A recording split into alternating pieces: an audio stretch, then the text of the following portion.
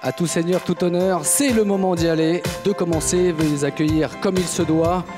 Jean-Luc Letouzé, notre président, et Laurence Beldowski.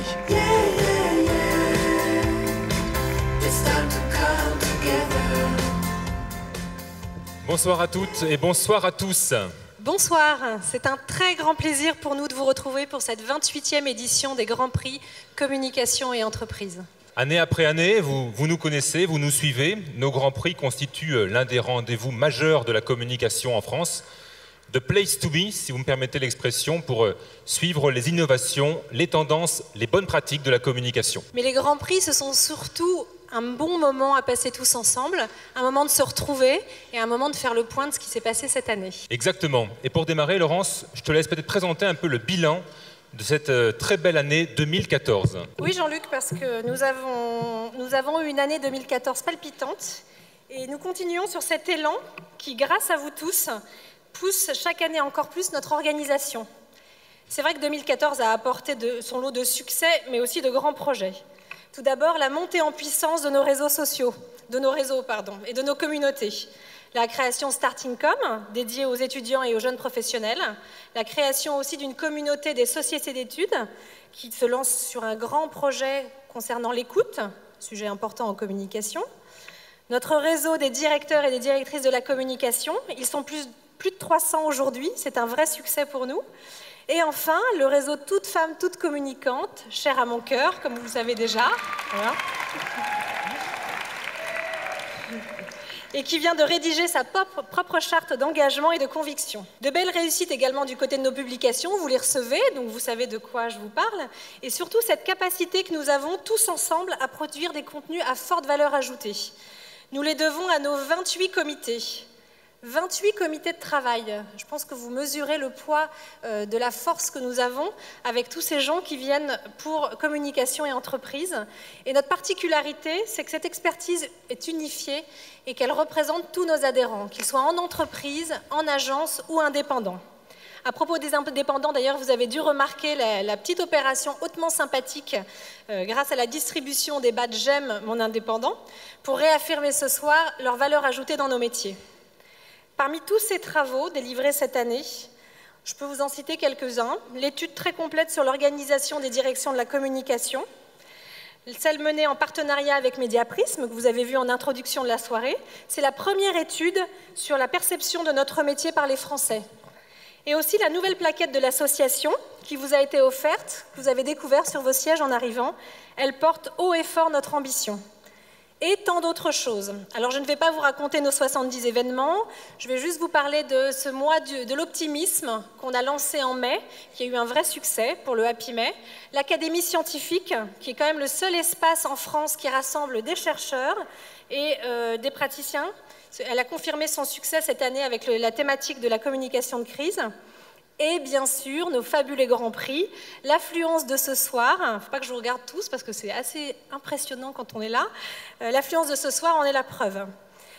Et beaucoup de choses se préparent pour 2015, vous vous en doutez, on ne va pas s'arrêter là, ça va être dense. Nous allons poursuivre nos réflexions et nos actions sur le sens de nos métiers et la responsabilité des communicants.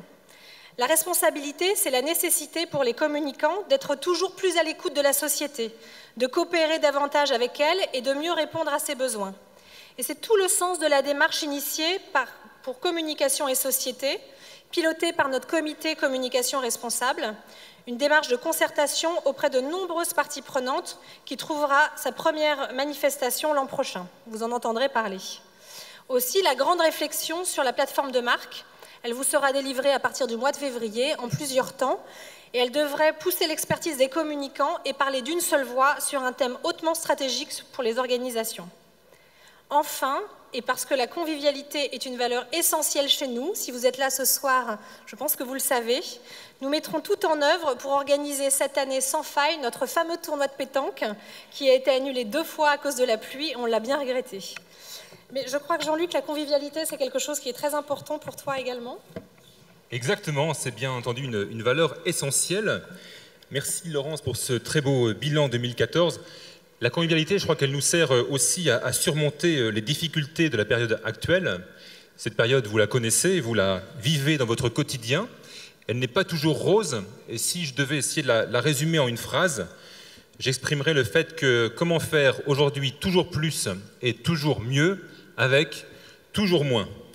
Alors moins de budget, c'est une chose, mais aussi, et c'est plus grave, moins de ressources humaines avec de l'impact social et la pression que l'on imagine. Ça c'est un point, mais ce n'est pas tellement de cela dont je voulais parler ce soir. Ce soir, je voulais vous parler d'une chose qui nous concerne tous. Je voulais vous parler de transformation numérique et des formidables opportunités que cela offre à la fonction communication. Il ne se passe pas aujourd'hui un jour sans qu'une entreprise du CAC 40 annonce la création de sa direction digitale ou qu'un PDG ne s'exprime sur les transformations numériques mises en œuvre au sein de son organisation. Le digital aujourd'hui est partout. Il décloisonne, il reconnecte, il transforme les citoyens et leur rapport aux produits et à l'entreprise. Il amène chaque entreprise à s'interroger sur ses modes de production, de commercialisation, de distribution, sur ses modes également de management. Les lignes bougent très vite, et je crois que c'est le bon moment pour agir. Pour nous, les communicants, je suis convaincu que la révolution digitale ne passera pas deux fois. L'enjeu, ce n'est plus pour nous de savoir faire un site web ou de gérer les réseaux sociaux. L'enjeu, c'est réellement d'inspirer, de comprendre et de piloter la transformation numérique de nos organisations. Alors, la question que je me pose, cependant, c'est la suivante. Sommes-nous prêts? Sommes-nous prêts à nous former et à nous mettre à niveau, tout d'abord? Personnellement, avec mes 47 ans, je suis loin d'être un digital native, et si je veux rester dans la course, je dois rester curieux, rester ouvert, et apprendre ce nouveau langage digital. Sommes-nous prêts à intégrer les nouveaux usages que propose le digital dans nos métiers? Le digital modifie le rapport au message émis. Il change la relation aux médias. Il change notre façon d'animer les conversations avec nos publics. Avec le digital, le contenu se partage, il se co-construit, il se délègue, et c'est une vraie révolution pour nos métiers. Sommes-nous prêts, avec le digital, à revoir notre façon de travailler en interne, avec les autres directions de l'entreprise, avec la DRH, avec la direction marketing, avec la direction du développement durable, avec la DSI? Ce n'est pas toujours facile. Sommes-nous prêts également à nous positionner auprès de nos directions générales comme les experts, comme les sachants, comme ceux qui savent donner du sens et guider les transformations en cours? Donc sommes-nous prêts, mais surtout, sommes-nous crédibles, nous les communicants? Et avec la transformation digitale, je crois que c'est la transformation du métier même de communicant qu'il faut initier. Ce soir, par exemple, nous ne remettrons pas de prix de la stratégie digitale externe. Le jury en a décidé autrement. Malgré des dossiers de bon niveau, il n'a pas souhaité faire de l'un d'entre eux la référence 2014. Et j'interprète cela comme un signe de plus qui doit nous pousser à être réellement créatifs et réellement engagés en la matière.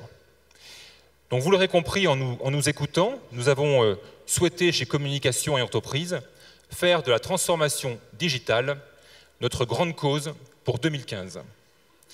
Si ce soir certains se sentent motivés pour s'impliquer dans nos réflexions, si certains veulent contribuer à cette œuvre collective, alors soyez les bienvenus et on peut d'ores et déjà démarrer ce soir, tous ici que nous sommes, en allant sur #GPComment et commencer à tweeter sur cet événement en rejoignant le live tweet qui a déjà commencé.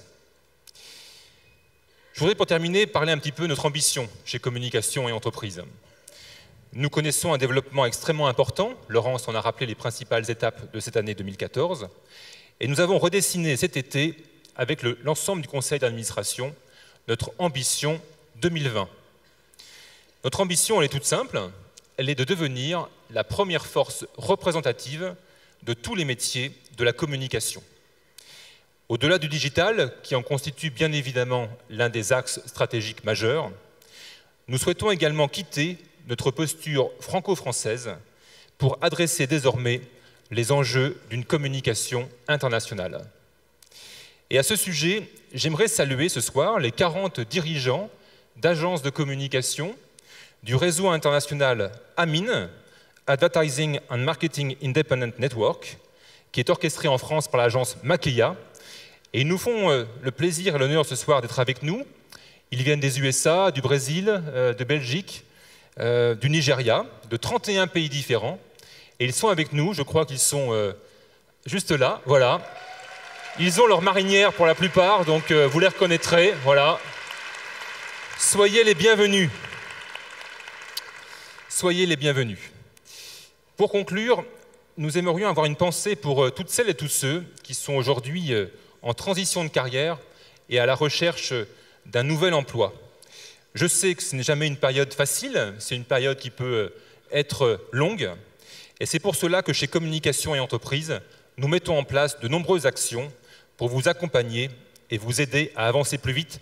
Et je voudrais là aussi saluer et remercier chaleureusement le comité emploi de Communication et Entreprise.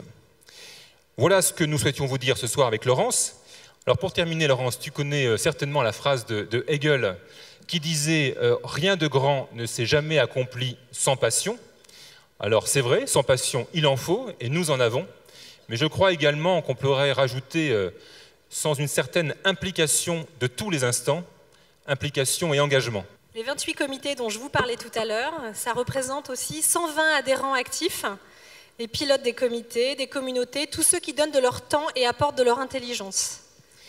Également, bien entendu, nos administrateurs qui valident et orientent la stratégie de communication et entreprise et qui sont eux aussi au cœur de nos travaux. Peut-être également mon comité de direction qui donne le cap au quotidien pour l'ambition 2020 de communication et entreprise. Vous tous qui êtes là ce soir, qui, avec votre présence, confirmez que nous allons dans le bon sens. Et puis j'aimerais qu'on réserve aussi, en incluant tous ceux que l'on vient de citer, une très belle ovation à la super équipe qui mène ce grand bateau à mes côtés avec enthousiasme et beaucoup d'implication et qui se bouge beaucoup pour que tout ce que vous voyez se réalise. Je parle de la Dream Team Communication et Entreprise, Gaëlle Philippard, Marion Latapie, Lisa Fayet, Alexandra Papon, Églantine Gendron et Camille Garnier.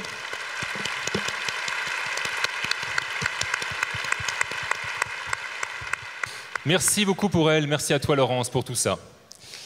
Alors, il nous manque quelqu'un sur la piste et pas n'importe qui, puisque c'est à la fois la personnalité communicante de l'année qui nous a guidés et accompagnés depuis 1 an, et puis également, bien sûr, président de ce jury édition 2014. Mesdames et messieurs, je vous demande d'accueillir et d'applaudir Serge Papin.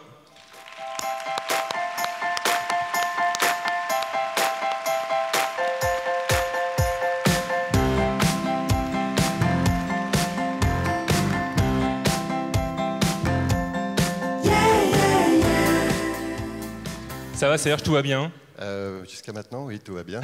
Et puis, non, mais j'adore parce que il y a marqué ici, là, j'aime les indépendants. Je ne sais pas si c'est les commerçants indépendants. C'est aussi les commerçants indépendants, donc on les aime aussi. Ouais. Merci à toi en tous les cas, Serge. Alors, on n'est que 2 pour l'instant. Bientôt, on va être rejoints par toutes celles et tous ceux qui ont composé le jury de cette édition 2014. Ils étaient extrêmement nombreux et je vous demande là encore de les applaudir chaleureusement.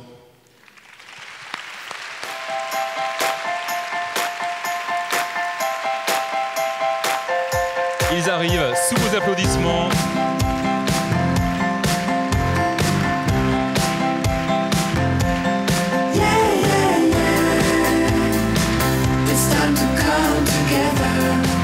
Sous la lumière.